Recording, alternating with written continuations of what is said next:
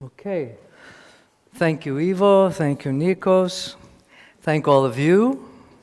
And I know Nikos already did this, but again, I'm going to thank Feldenkrais Education for first inviting me to share some things with you, and even more, to thank them for creating this incredible journey I think we're all about to embark on for 12 weeks. Now, to start, I'd like to tell a story.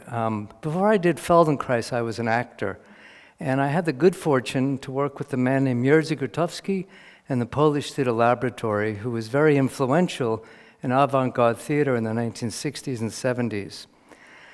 And I was sitting with Grotowski. I was 20 years old. We were in a little kitchen area with another young man named Ronaldo, who was 17 years old.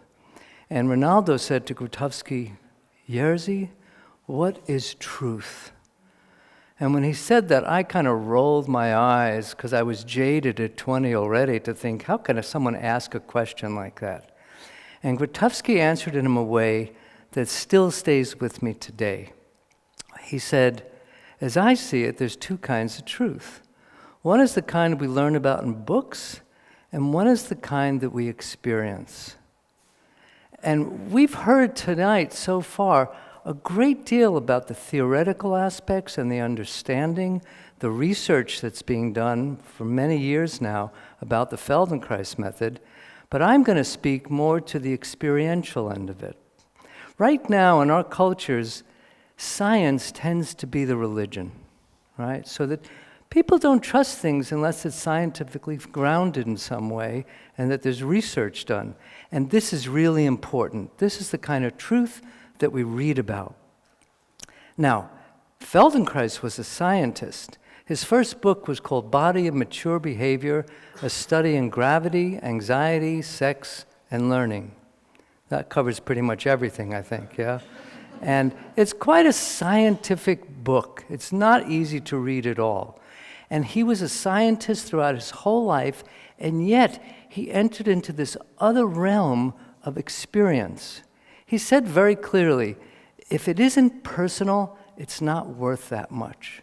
So all the research and all the science that's proving to us, all the theories and understandings that we utilize in the Feldenkrais method, the basis of it is in your personal experience, the things that you feel. One of the real geniuses of Moshe, and I don't think I've ever met anyone else who could do this, was his ability to make the abstract concrete. So if we reverse engineered the research, could we just take the research and then bring it to the point where someone has the experience to gain some understanding of it? Moshe was a physicist, an engineer, a mathematician, one of the first Westerners to get a black belt in judo. Now, I never studied physics, but I remember at one point in my life when I was younger, I tried reading physics and I just went to sleep. But after I did my Feldenkrais training, I picked up a book on physics and I could understand it. Because all of the theories that I was reading about, I had already had that experience of it in myself. So the experience of things is what we're looking about. And probably the biggest thing is this summit is about both. It's about providing you with the experience of lessons during the week and people talking and different access to research and stuff like that, so you can bring the truth of what you read and what you experience closer together, because when those things actually meet, I think that's the place where we have a deeper understanding of any theoretical or experiential model. Now, one of the things that I was asked to talk about was self-actualization. So what does that mean, to actualize yourself? Well, in some sense, it means to become more yourself. You're already yourself, but then what's more yourself? Who would you become if you actualized what you really want? But then it begs the question, do you know what you want? Do you know who you want to be? I had an experience many years ago in New York in my practice. I was working with this woman privately, and she was a very delightful woman, this kind of mopey graphic designer. And one day she came in and she was sitting up and she's doing this, and I got 3 new jobs, and I said, "What happened to you?" And she said, "I did the fire walk, fear into power." So maybe you know about the fire walk. People do this long induction and then they walk maybe 6 or 7 meters along hot coals. And I'm listening to this, and I thought, I'm going to try this.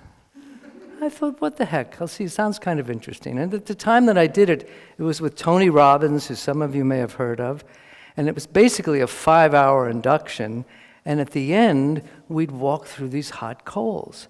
And people would get to the other side, and they'd go, Yahoo! Fear into power! I can do whatever I want! And I walked through it, and I went, I could do whatever I want, but what do I want to do? And I got depressed and got into a taxi and went home. So, it's true. And so it's not an easy thing to know what we want. And we could look at things, what we want, in many different ways. We can look at it in the immediate sense. What do I want to have happen this week? Maybe we have a bigger aspiration. Maybe we have goals to do something in our life. Maybe we have something that's even more grand than that we think about your dreams. What are the dreams that you have? Feldenkrais had many definitions of health, but one of his definitions was to realize, to become your vowed and unavowed dreams. That means the dreams that you share with others and tell people, and also the dreams that you don't tell other people, that you keep secret to yourself. That's something that's worth pursuing. Now, one of the things that we're learning through movement is how to realize and how to fulfill our intentions. That means what I want to do is an intention, and how do I come to do it? But it's not by trying to jump at the goal to achieve something like that. It's by understanding ourselves in terms of how we approach ourselves through a process of doing something. Now, one of the seeds to help us realize what we want and to accomplish what we want is actually self-knowledge, to know ourselves better. Feldenkrais was once asked, can you describe the Feldenkrais method in one sentence? And he said, know thyself. So then the question becomes, how do we know ourselves? Well, we know ourselves through many ways. We know the kind of clothing we like, the foods we like, a haircut, a house, a car, a partner, all of those things. We have some understanding of that. But I think that while that's a worthwhile and fruitful endeavor to know ourselves more fully like that, I think one of the places where we can come to know ourselves are the places that we don't yet know about ourselves. So how do we encounter that? How do we find out things that we don't know? Because we don't know what we don't know. Now, let's do an experiment. So you did some movements already with Evo. Let's do a few more, okay? So this time, maybe you're tired and you're not going to stand, don't worry. But come and sit at the edge of your seat. And as Evo described, one of the qualities that we look for in the movement is to do them in an easy, comfortable way, right? So you're not trying to strain and do the biggest movement you can do, but you're listening to how far you can go easily and comfortably. So just as you're sitting right now, would you please just look up and then look back? And then you can look down too, and feel how you do that. And I can ask the question, what do you notice when you do that? So I'm guessing that you probably notice things in your neck. Now, how could you notice the things you don't know? That's the question. Pause for a second. And now, would you take your arms and cross them in front of you, tight against your chest? Okay? And now push your arms against your chest, and as you do that, start to look up and down. And maybe the movement got smaller. You see what happens? So you look up and down, and the whole time you're pressing your chest to not let yourself move there. And maybe when you look up, maybe you can feel your chest pressing against your arms. Or when you go down, maybe your arms push you back a little bit. And then pause that for a moment, just rest there for that gap effect. I didn't know that, so that was interesting. And now take your arms behind your back somewhere, across them, and push your arms into your back. Okay, and keep pushing like that, and now look down and feel, now your back is probably pushing into your arms, and then look up, and look down again, and look up. And the whole time you're saying, can you listen to what you feel as you look up and down and hold your back like that? And then pause and just rest again for a moment. And now go ahead and look up and down a few times and see what it's like. And notice, maybe it's the same, or maybe you have a different sense of how you're doing it. Maybe you look further in one direction or the other, or maybe, I don't know, do you feel the participation of more of yourself? And just rest again.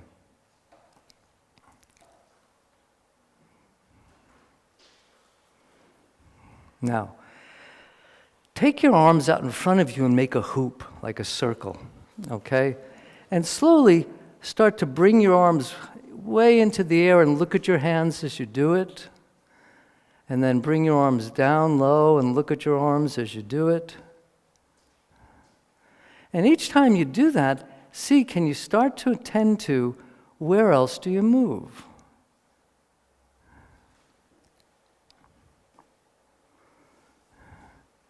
How far through you do you feel the movement of your arms and head lifting or lowering? And then come to the middle again with your arms in front of you, and this next time, lift your arms as you look down. And then lower your arms as you look up. And you might feel that the arms don't go as high or as far, but that's normal. But again, as you do that, feel where you feel that. Where does the movement stop, or how is it different from what you first did? And then come back to the middle again. Keep your arms there. Lift your arms and your head. Lower your arms and your head, and feel how you do that. And then pause just for a moment. Lower your arms and just look up and down.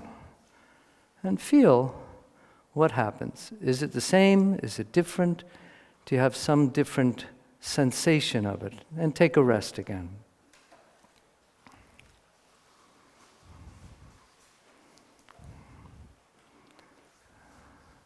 Now, take your arms out in front of you again, and this time start to bring both arms up to the left, and look at your hands, and then bring them down to the right.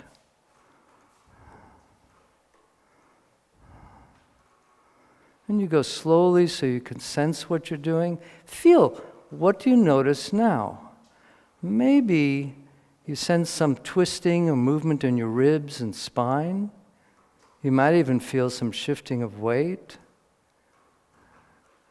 And keep doing that movement, but move your head opposite. So as the arms go up, you look down, and as the arms go down, you look up to the other side.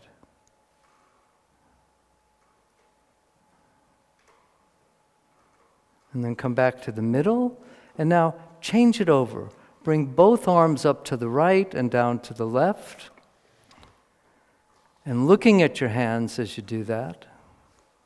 Feeling again, how do you twist? Where do you bend or where do you arch? And then start to move your head opposite. That moving the head opposite is often a strange feeling, isn't it?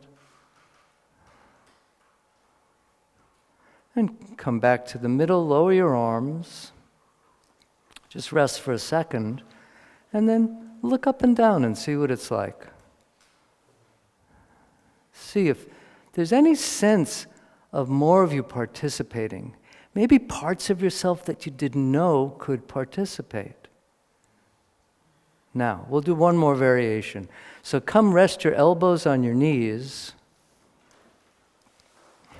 And now like this, start to round your back and arch your back. And sense, as you do that, how much of your back do you feel participating?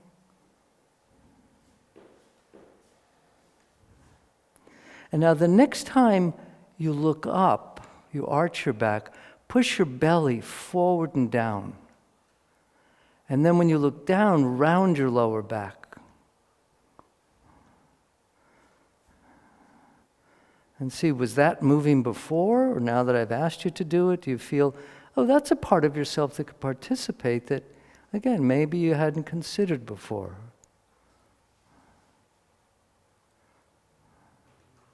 Good. Pause.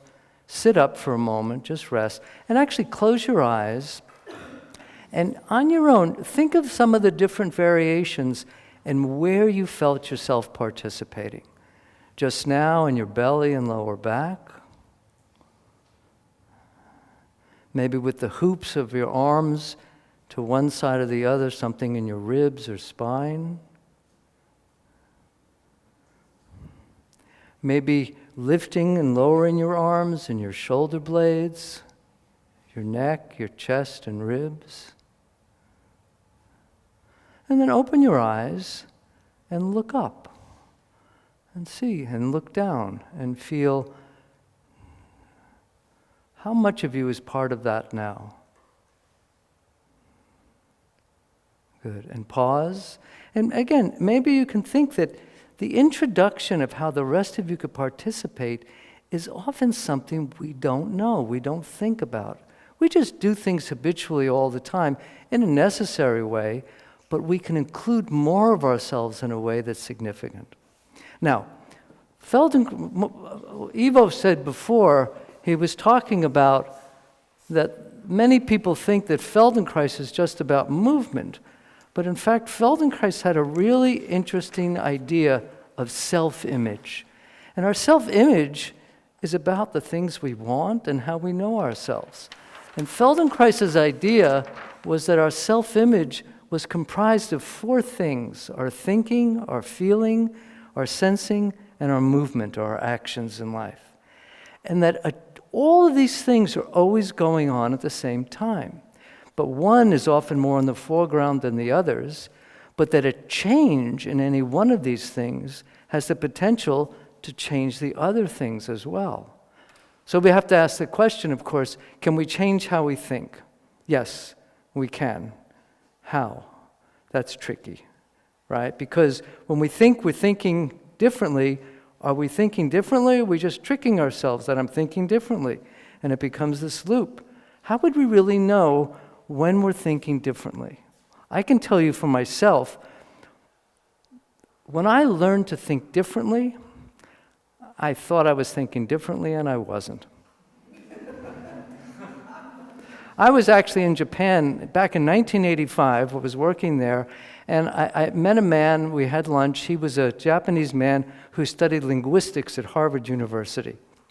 And we were talking, and every few minutes, he would shake his head and go, "Oh, you're so Western in how you think." And I was so insulted because at home I was quite Eastern in how I thought. But now I've worked in Japan enough to know I think like a Westerner. It's really a different thing.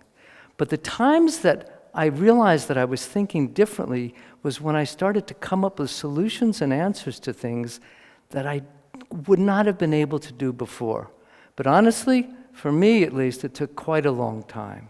Now, can we change how we feel in terms of our emotions? Yeah, that's possible too, except the problem with that is most of us don't know what we're feeling, or we're feeling too much of something. Now, I always think of like a baby as a model for how quickly their feelings change. They're crying, you jangle some keys in front of their face, and they start laughing. Can you do that with an adult?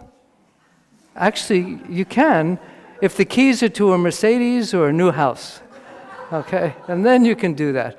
But to understand our feelings, I'm still learning to understand our feelings. Now, what about our sensing? Our sensations, there's tremendous amounts of research being done around that. And we're just at the tip of the iceberg of beginning to understand how do we actually sense things? What are we doing? And in fact, the sensations that we have are some of the building blocks that comprise our feelings, our emotions. Because how do you know you're angry? You feel it in your body.